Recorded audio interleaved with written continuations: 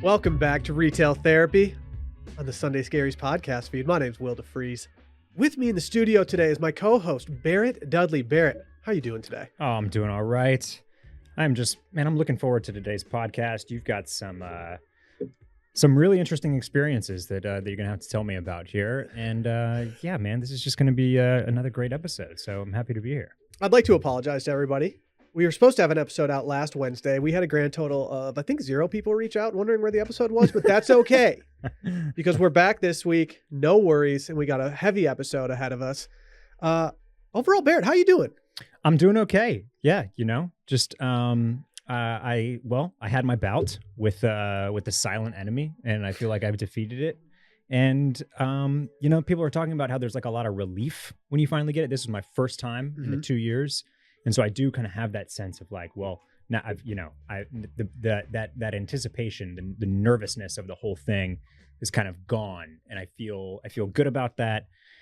I feel good about a 90-degree day today, followed by a 45-degree one tomorrow. I'm just, I feel good about everything. Getting dressed right now has not been the easiest thing in the world. It was a little stressful today. I was like, okay, I don't have any thoughts in my head for what to wear in warm weather right now, so I'm going to dress terribly.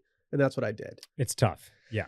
I've also gotten through my bout with the invisible enemy. We're kind of proud of ourselves on Circling Back, our other podcast, for being, late to trends. We're late to things and we like to do things later. Yeah.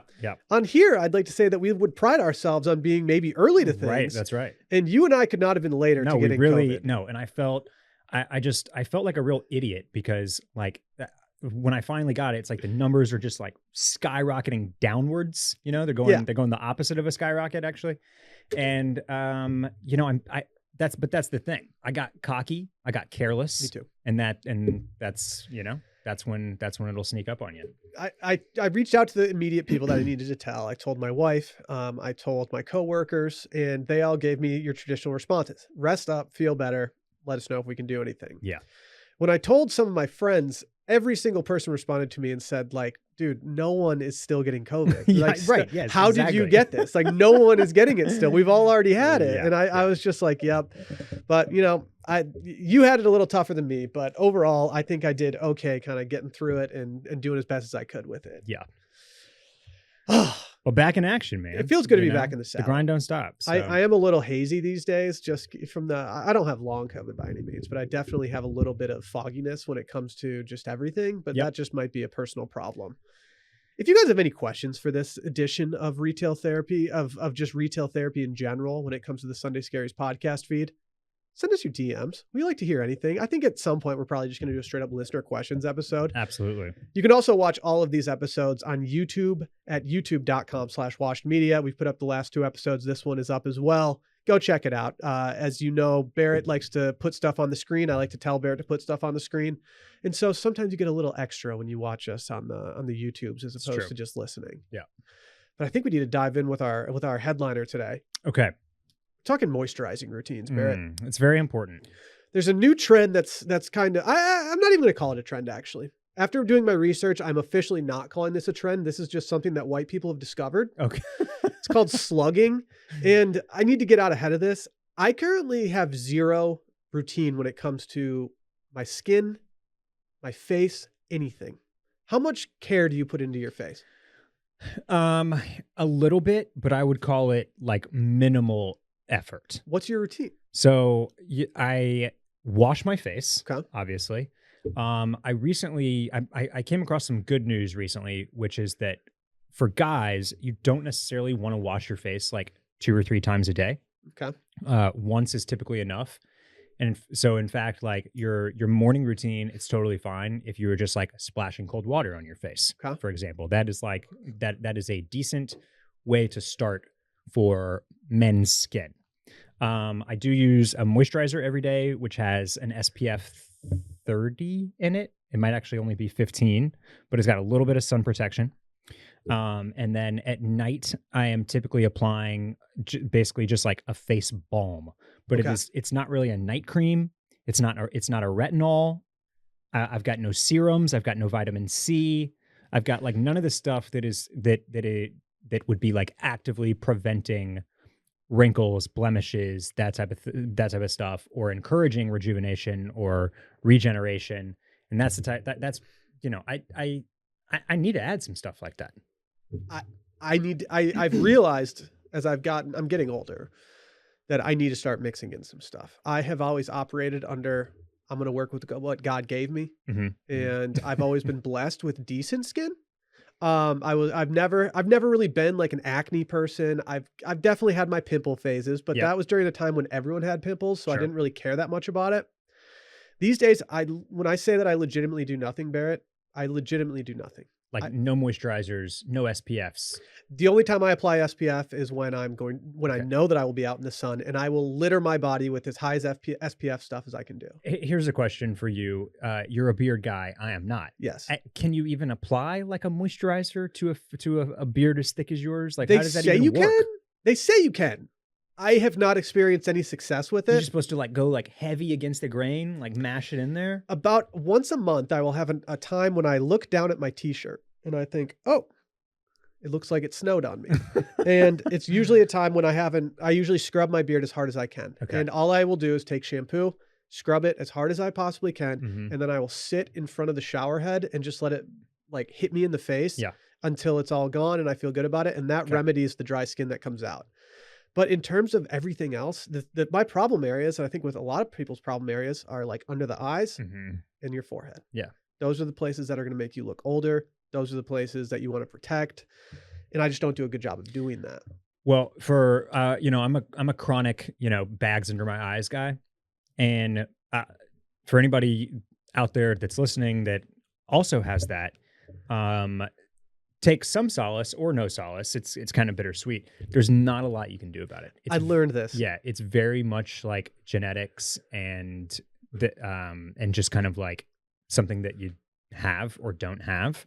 And so there's, I've spoken to my dermatologist about it quite a bit, that there's like, there are a couple things that like maybe kind of work. You can do some of like the little topicals or vitamin C things that kind of go into your eyes to like reduce puffiness. But like the dark circles are just kind of like, you kind of either have it or you don't. I was told by somebody who I very much trust for a living, they recommend products to people. They work in the beauty industry. They have a large following. And I talked to them one time and I asked them what I could do to get the bags out from under my eyes. And she told me, stop stressing about it because it's probably only making it worse. And I was like, okay, cool. It's like hydration, sleep. Like those are the things that like, the regular ways that we treat our bodies well are the best things for it. So last night I decided that I was going to do my wife Sally's skincare routine. Yeah. Shouts to all the Sal gals out there. You know who you are. You were going to slug. And you get slugged. I decided to get slugged. For those out there who don't know what slugging is, and I'm reading this from some article that I found. By the way, when you first told me that you were going to try slugging, the skincare routine that I also had not ever heard about, I thought that it was going to be like Sally punches you in the face. See, I thought, or some variation of like getting like slapping up the skin, getting slugged, so to like bring some blood and some life in there. Slap yourself a little bit. I thought I was going to go. I thought we were going to go to like a spa and they were going to put slugs on our face. Like I legitimately thought that was what it was, and she was like, "No, don't be an idiot." Yeah. It says the latest viral skincare trend is slugging, which involves coating your face in Vaseline to moisturize your skin overnight. Though the fad has become a talker recently with over 80 million views on TikTok, it's not particularly new. It's been a long popular technique in the Black community as well as in the K-beauty world to replicate the natural, dewy glow and combat dryness. So last night, I put on some I took some dynamic resurfacing facial pads. You're supposed to do your normal nightly routine and then apply everything shortly thereafter. So I did some facial pads where I just absolutely scrubbed my skin. I did some hyaluronic acid. No clue what that stuff does. I hear it's good. And then I hit some peptide complex serum. And I did some natural moisturizer from The Ordinary, which I was told is an inexpensive way to get some higher end products if you're trying to get into this world. And then after that, I did the slugging, which was I took a bunch of Aquaphor and I absolutely coated my face in it before going to sleep. Yeah. Obviously, I have only done this one time. So obviously I will not see the long-term effects of this. I mean, I don't know. You do kind of have a taut glow today. See, Sally has been doing this for a few weeks now, and Yeah. I don't know if it's because she's been doing her routine every single night, which is not something she used to do, or if it's just because I'm just actually noticing it. I do actually feel like her skin does look a little more dewy or like have that kind of glow to it. And I think the reason that I was actually down to do this is probably the reason I'm down to do a lot of things. And that's because Haley and Justin Bieber do it. Yes. She recently posted something on January 25th. She posted an Instagram that says glazed donut skin all 2022. And I don't know why I feel the need to just follow in their footsteps every single time they do something. But all I could think of was like, all right, I'm doing glazed donut skin this entire year. They're look, man, they're the it couple, I think, for anybody that's kind of like interested in pop culture and fashion and style and beauty and her last photo on this slideshow is the best one. I think I saw on Demois that they recently, there's like the Sunday sightings. People are talking about celebrities that they've seen. Somebody that works at a hotel that they checked into was like the requests for their room included like some type of organic or natural drinks, but then also like a bottle of like Casamigos silver tequila. Okay. And I was just like, yeah, sweet. Me and the Beebs, we all love Casamigos tequila. I am doing something. I'm on it. It just, I don't know why that is, but they've got the X factor, man. I don't know what else to tell you. I mean, they're just the leaders in cool right now. And like, this is quite a thirst trap, by the way. It is. She did a very good job of doing a thirst trap while also saying like, hey, if you see me out in the wild, like, yeah, I'm going to look pretty dewy these days. That's right. What bad came of this, Barrett, is that I took photos of every single thing that I put on my face last night. And I looked them all up today so I could get an idea of what Sally's entire routine would cost me. Mm-hmm. And I think we're going to have a conversation when I get home regarding the price of her skincare routine, as some of her products were very reasonably priced. Others were downright jarring. I mean, honestly, I'm looking at the prices here and I know what some of this skincare can cost once you're like bouncing around in like the world of La Mer and all that. Yeah. And all that crazy stuff. And this feels like a nice mix of high low, a few products that are under $12, a couple that are in the 65 to 70 range. I think you talk to any women our age and they are dropping some coin on this stuff. I look at the receipts, the bills for Laura's makeup sometimes. And it's just like, damn, that's like that's my ALD purchase this Thursday. It's a tax. Like it's a tax on certain people. Like we're never going to have to worry about, spending hundreds of dollars on makeup or a bunch of stuff on like the facial stuff because they're just going to market stuff to guys that it's naturally cheaper because they know that we're going to think it's crazy when in reality that's just how much some of these things cost. Yeah, it's tough to get a dudes to buy a bunch of $70 facial creams and products. Well, I recently it's definitely a barrier to entry. I also saw that if you're in Austin, Texas, and you want to go to the Lake Austin Spa Resort, you can try out their Regal facial, which happens to be a caviar infused facial or a caviar DNA infused facial. I guess they get the DNA from caviar. It's $1,000 for a facial. What? We're getting DNA from fish eggs here? Is that what we're doing? I just don't think we need caviar facials. It seems like a stretch. I was so happy when I saw an article that said that it was about caviar DNA infused facials. You don't know how happy I was when I saw that it was from the Lake Austin Spa. I was like, yep, of course, it's right down the road from us. Was this in the Goop newsletter? No, this was literally on New York Post. Okay. Like they're just trying to expose everybody to this. And of course it was there. I've never had a facial. Have you had a facial?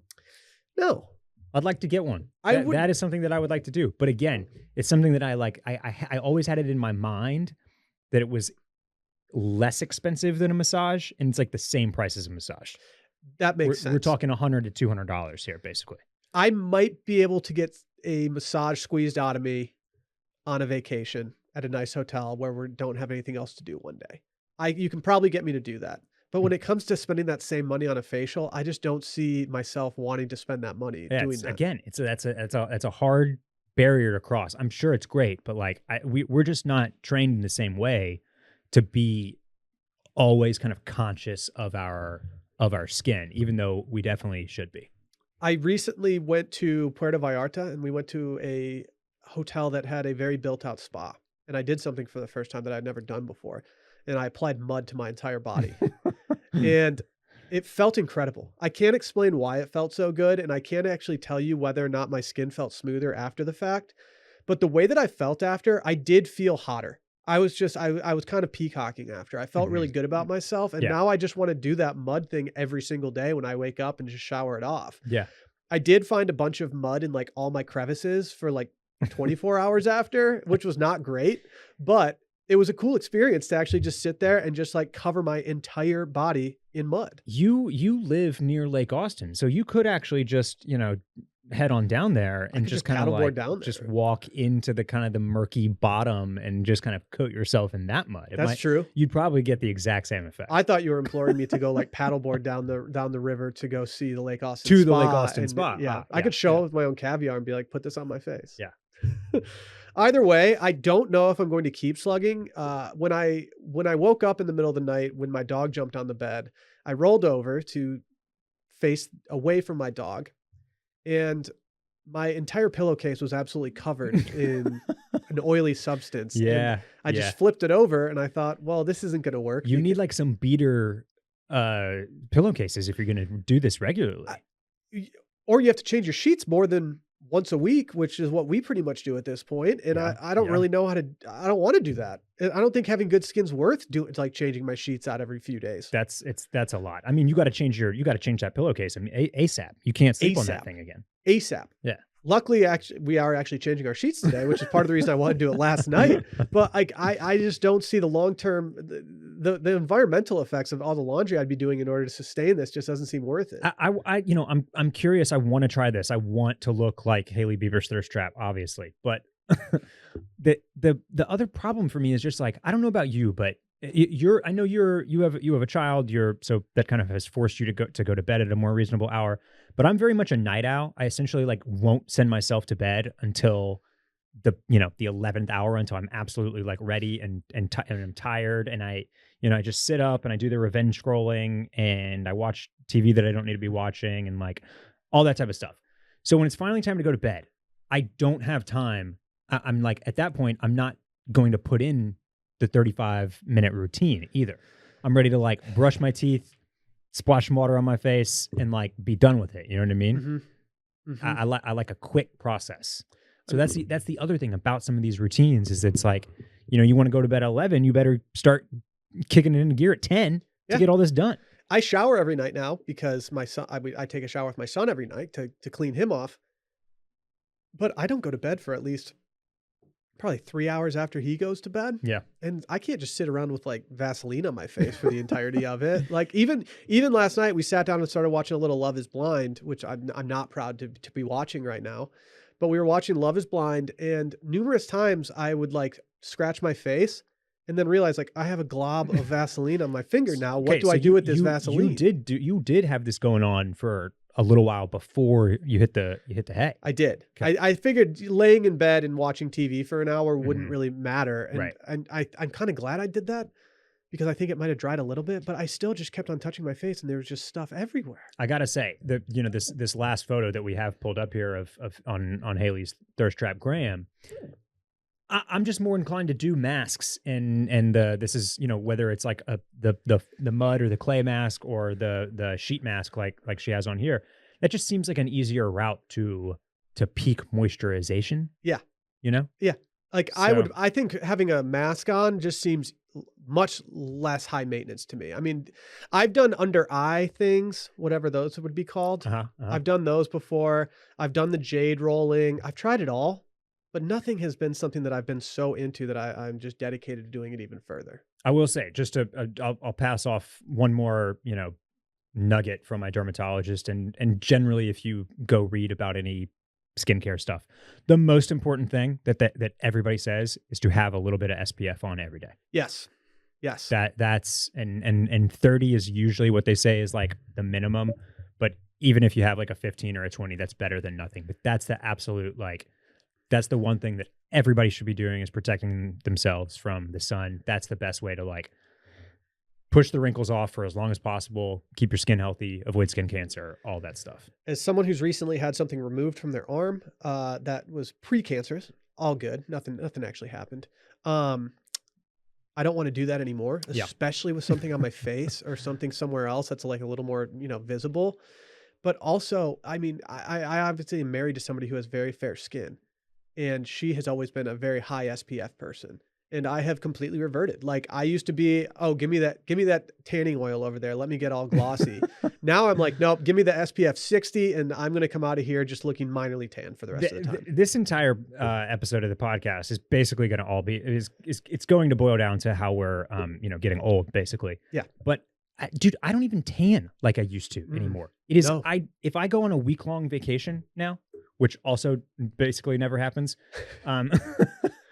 But when it does, like I don't come back like all brown and golden godded up anymore. No, it takes a concerted effort for me to actually get a tan. Like I get, it's just like I burn and then it doesn't really. Everybody likes to say that the burn like is the that turns into tan. It doesn't turn into tan anymore for me. No, so it's very very difficult for me to like get the color that I was used to and like that I loved so much. So at this point, one piece of self-care that I will treat myself to every once in a while is a spray tan. Really? Yeah, just a little airbrush spray tan because that's the only way to get the actual glow that I fancy myself with. A couple of years ago, I decided early on I was going to one of my best friend's weddings, and I decided I want to be the tannest person at this wedding. And so I had a lot of time on my hands at this point. It was early on in the days of Washed Media. We weren't really doing much in the afternoons because we were just kind of recording, circling back, and living our lives. So right. it was kind of a great time, honestly. Yeah, it sounds great. So I decided to go to the pool every single day in the afternoon for the summer in the 2 months leading up. And sure enough, I showed up. I was definitely the tannest dude there. Yeah. I was just like, That's probably what it would take for me Mm-hmm. is that type of consistency and duration of time. But during that time, the only thing I did to maintain my skin was I was using a high SPF just to make sure that I was getting a little protection. But then I was just putting Weleda, that like green tube of stuff. I was putting that on my face every single night. And Sally was like, why are you doing that? And I was like, because it feels good. She's like, you just don't have to do that.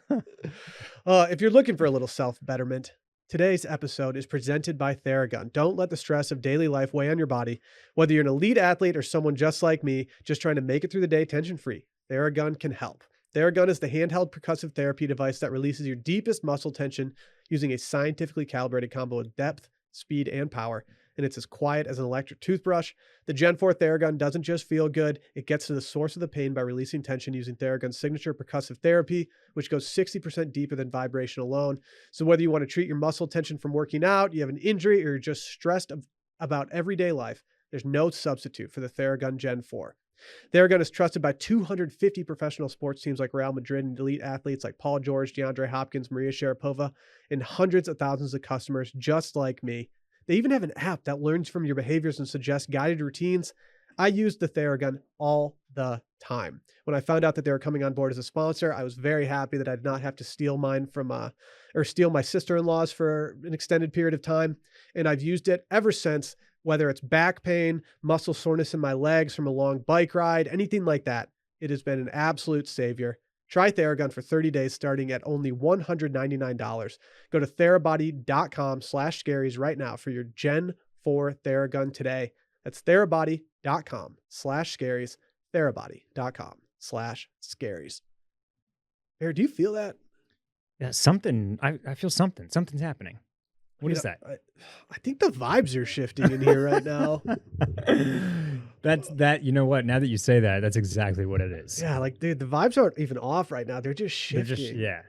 I mean, that's the thing about the vibes is that they're shifting. They shift. They're no longer on or off. They just shift. It's just a constantly flowing thing. Allison P. Davis, a writer for The Cut, a website that I have a love-hate relationship with, and in probably a good way, wrote a column on February 16th saying, a vibe shift is coming. Will any of us survive it? And since then, it's kind of become an inside joke on all of the internet. Yeah. I realized that I was sick for a little while, which is most likely why I missed this because it was about 4 days ago. I wasn't online enough to I saw this phrase, but I hadn't picked it up yet, and I'm disappointed in myself. It was almost interesting because the way that it was being made fun of online, and we're going to, the way I talk during this entire segment is going to be a very online way of talking.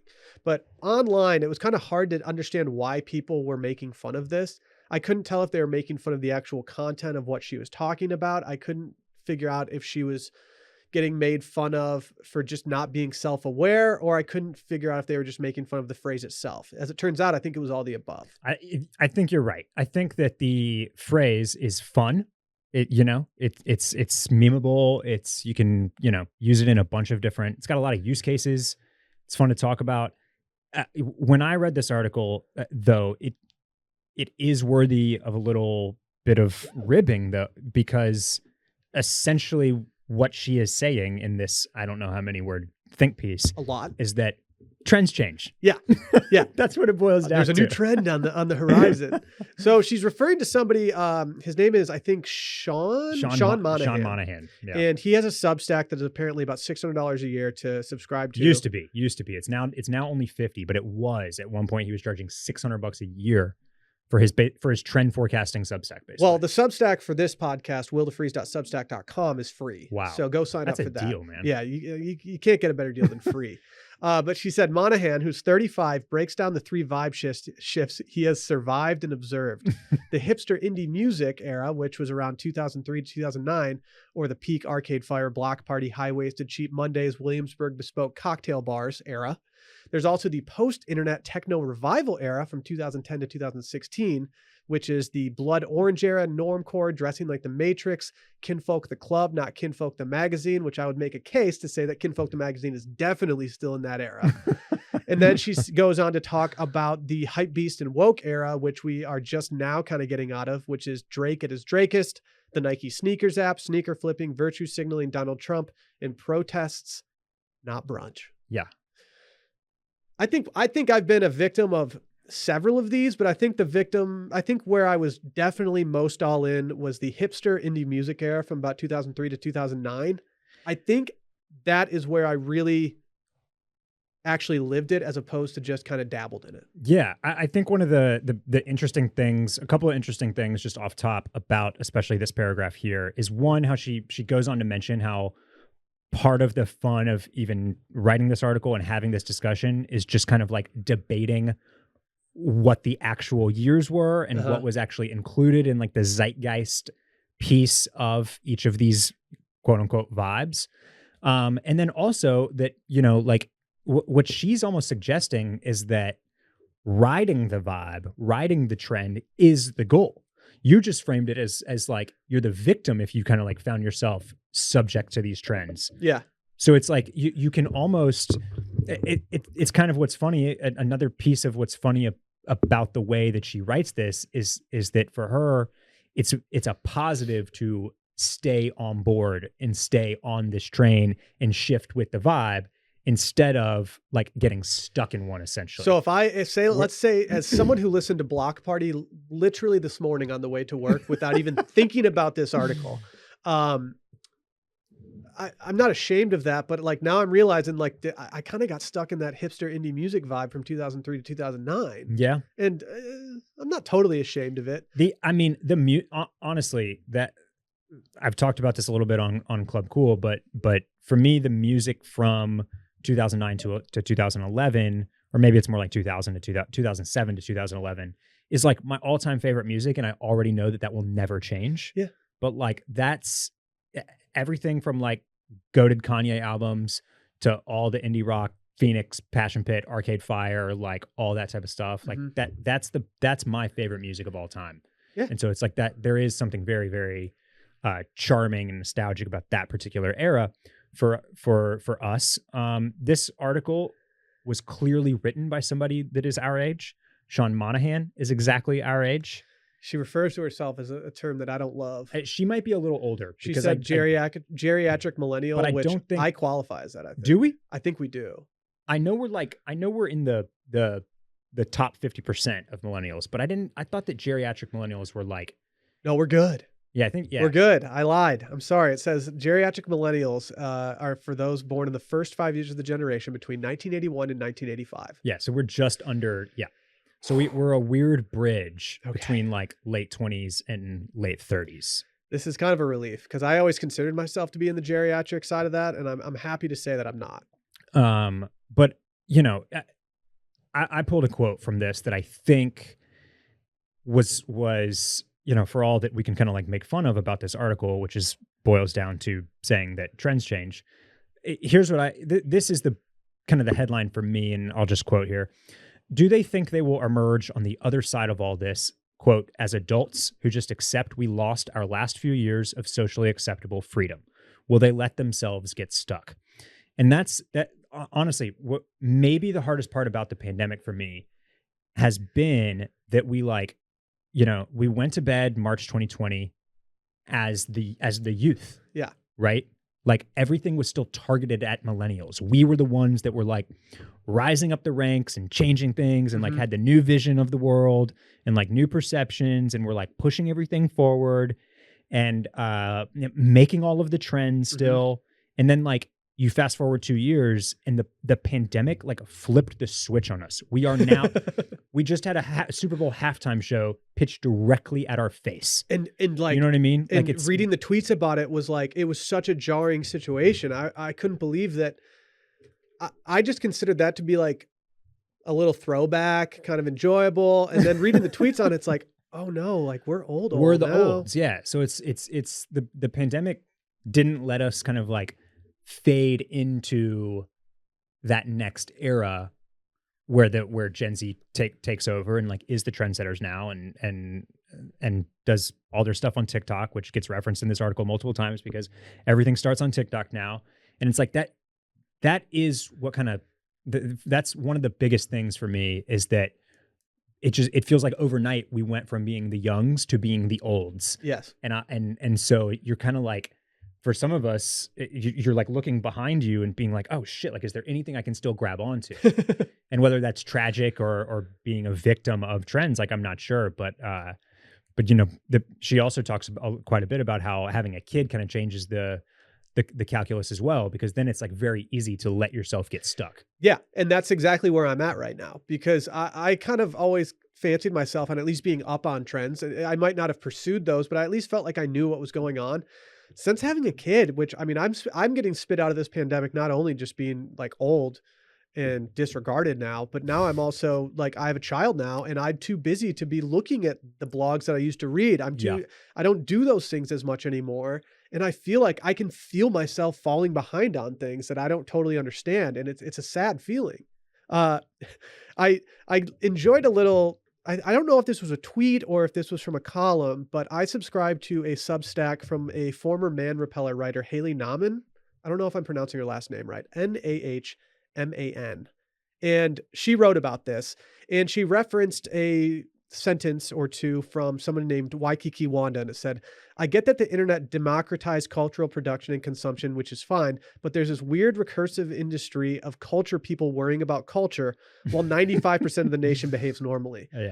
Reading that made me feel much better. I was just like, you know what? That's true. Like, I do read these things on the internet and I'm like, oh man, I start second guessing everything about myself. I'm like, oh man, I'm still wearing. Are you chuggy? Yeah, I'm definitely a little chuggy and I don't like that. But I'm like looking at the pants that I own and I'm like, well, these are certainly too tight fitting. I need to get some looser pants. But then I buy looser pants and I look at myself in the mirror and I'm like, what have I become? This doesn't look cool. Yeah. I don't look cool at all. Yeah. You know, I don't, I definitely, look, I host a style podcast, right? I sit here and we talk about all this type of stuff, all this pop culture. And so I don't necessarily have any concern about losing touch with what is cool.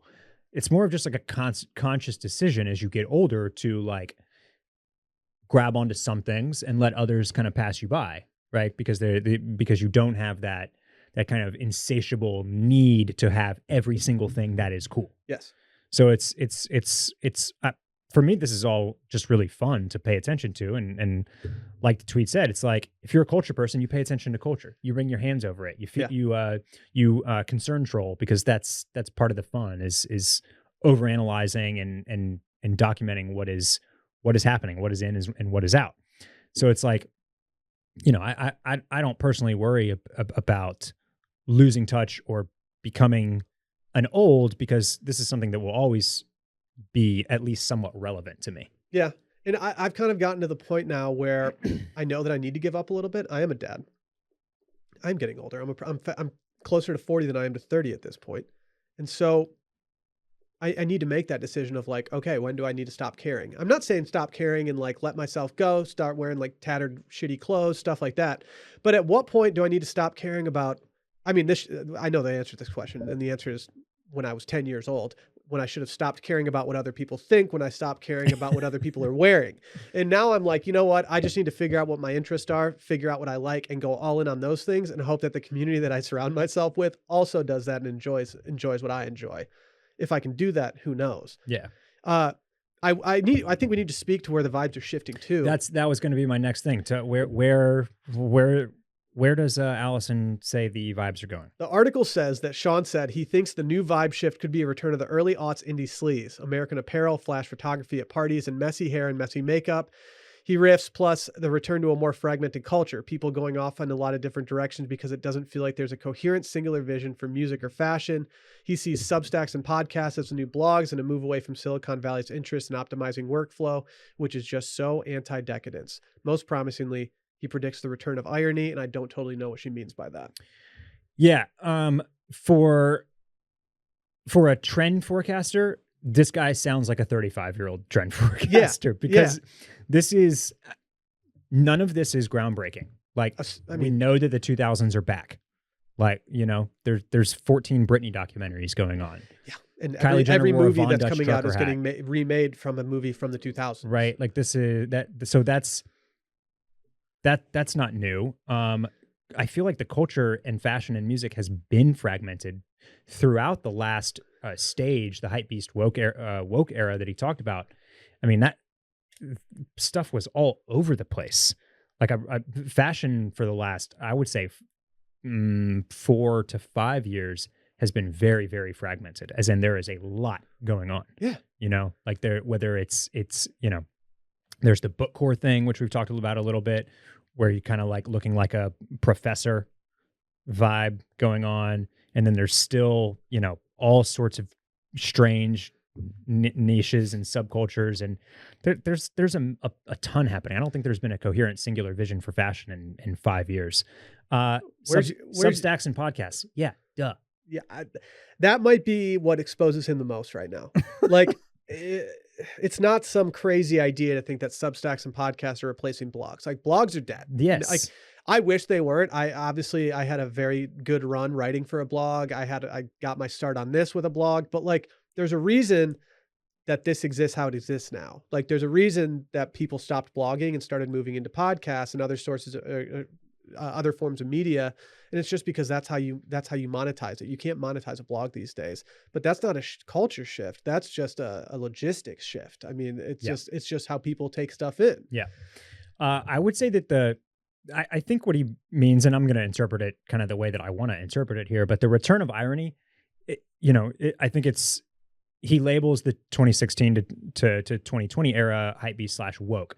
And I think with woke culture and with cancel culture, like, everything for the last 5 years has been incredibly self-serious, to the point of like not really having room for jokes or comedy or nihilism or self-deprecation or like any of the stuff that kind of like used to be cynical and sarcastic and funny. Yeah. So I think that he means like that's how I interpret it, is almost backlash to some of the everything has to be dead serious. I think that makes sense. It's like and that makes sense too, because it's gotten so bad. It's like that almost the only medicine is to kind of like joke about it. Yeah. So it's something like the movie Don't Look Up, and talking about climate change comes to mind, where it's like it's reaching a point where the only thing to do is kind of like make fun of how fucked we all are. Yeah, that makes sense. Yeah, that makes sense. I don't know if you've prepared for the question that I'm about to ask you, but where are Barrett's vibes shifting to? Where do you see your vibe shift ending up? Yeah, I don't know. I really don't. There's, the indie sleaze part of it stands out to me is what I'm like attracted to the most, I think. And last year, kind of more in the throes of the pandemic, like the vibe that I pitched on a podcast and that I was really, really feeling was like kind of I don't know if grungy is the right word, but like a really low key Caribbean vacation, like outside of like decadent resorts, like more like beach hut cocktail bar. Have you seen Guava Island on Amazon Prime with Rihanna and No. Childish Gambino? Uh-uh. That's what I'm envisioning right now. But I want like kind of like that, like sweaty. Yeah. Haven't showered in a day. I'm in. You know, just like strong rum cocktails. Uh-huh. Like a little bit less of the kind of like polished glam vacation vibe there. I get and it. A little bit more of just the like of that kind of, it has a little bit of that sleaze and just kind of like organic feel. I like that. I like that a lot, and I think that's attainable right now. Yeah, yeah. My vibes are shifting all in one direction, and I talked about it last episode, and I think I even touched on it the episode before. I'm just getting I am so enamored by skate culture right now. Mm-hmm. I don't know why. I think it has to do with my having a kid and going back to the things that I like to do as a kid. But I've been watching more and more skate videos of people that I don't know who the current best skaters are. It's not something I follow, but anything. But I was watching a Baker skateboards video recently, and every single guy's style in the video it looked careless, but as I looked at them, I'm like, yeah, but if I saw them walking down the street in New York, I'd be like, that person's somebody. Yeah. He's cool. But they're just these skaters who are wearing baggy or comfortable clothing so that when they fall, they don't just like tear through their pants and things like that. Yep. But they're wearing these baggy kind of grungy, like these are actually grungy clothes. Right. And I just feel myself going in that direction. Like I'm craving having those clothes again, having those kind of like, not distressed, but like, just like, it looks like I've just beaten the hell out of this stuff. Yeah. I mean, skating and skate culture has been an inspiration point for the last, few years for streetwear and fashion writ large. But I feel like maybe the difference now, and because you're definitely not the only guy in his 30s or even 40s that is really attached to or feels connected to skating. So between like Antonio Signoli, who's the creator and designer at 18 East, and like the lead designer that I work with every day at Howler Brothers, who is from New York and like grew up skating like in that right in like the middle of like one of the biggest skate cultures in the nation, that was like spawning all the Harmony Korine shit and Kids and Gummo and like just like that whole or kind of early 90s, late 80s vibe there. Like he's really big into it again, and or has always kind of been. But my point is that like there's this, it feels more acceptable than ever to be mid 30s or even older than that, and like be vibing with and connecting with or even actually skating. Yeah. You know what I mean? Yeah. Yeah. Like I think you really think of it as like a youth movement, but it's really pulled in like people that grew up with it as well. I mean, I'm at the point where like I want to like try to figure out how to get like help out getting more skate parks up for people and stuff like that. Like I can't skate these skate parks at this point in my life, but like the idea of having a safe place for my son to go skateboard someday, that sounds great. And it's like, but I mean, watching these new skate videos that are coming out, and you'll see, like I have our weekly segment of our bi-weekly segment of our wish list updates. And today I have some pants that I saw in a skate video, and now I just need them. I want them. Last episode, I had a skateboard on this. Should we get a retail therapy street team going? Maybe. Just like plaster some light poles with stickers and flyers. I think we should. We'll toss a couple QR codes on there since they're hip now. I mean, this podcast seems just totally up the alley of like, your average 16-year-old scumlord skater kid. Dude, they just want it. They're craving vibe shifting content. They have been looking for something, and all along it's been the caviar facial. They just didn't even know it. God, 16-year-old me hearing someone talk about a caviar facial, like I would have tossed on some shitty punk music and turned it up as loud as I could until you stopped talking about it. Let's add some things to our wish list, Barrett. Yeah. I've been keeping if you aren't currently subscribed to the Substack, it's willdefreeze.substack.com. I've been putting together a post for each of these episodes, and I'm keeping a running list of everything that we have on these wish lists so that you can see it. And I try to put any other supplemental stuff from this podcast on there as well. If you go to the link in this profile, you can find it. Today I'm adding some work in progress. I own 0 Carhartt work in progress things, Barrett. Yeah. Okay. I own several regular Carhartt brand things, as it is a very big brand. It's always been a big brand, especially in high school for us in Northern Michigan. Mm-hmm. All the hippies wore Carhartt all the time. And I finally decided that I need some double knee pants. I own a pair currently, but I did something that I'm not proud of, and I put on about 15 pounds once things started opening up again, and after I got off my Peloton binge. And the double knee pants that I bought before don't totally fit me in the waist right now. How hard is it to get a waist let out on something, Barrett?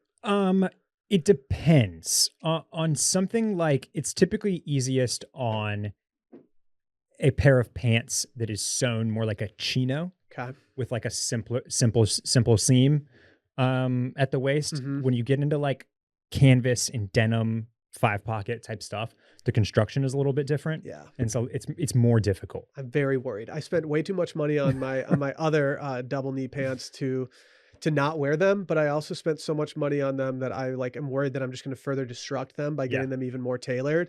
And so I think I just need to maybe accept the fact that I'm not going to immediately take 15 pounds off and just buy some double knee two-tone pants from Carhartt. Yeah. I don't even think that these are my favorite ones, but these are what I found when I went on their site after watching the skate video from Work in Progress.